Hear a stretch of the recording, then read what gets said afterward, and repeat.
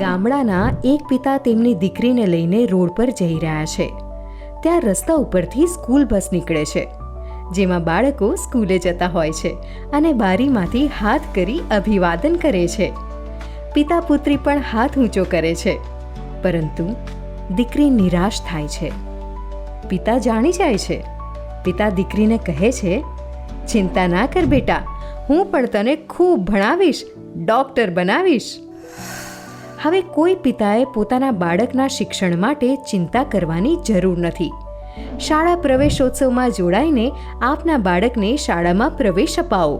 Right to education RTE act હેઠળ શિક્ષણ એ દરેક બાળકનો અધિકાર છે. બાળકોના અધિકારોનું જતન કરીએ.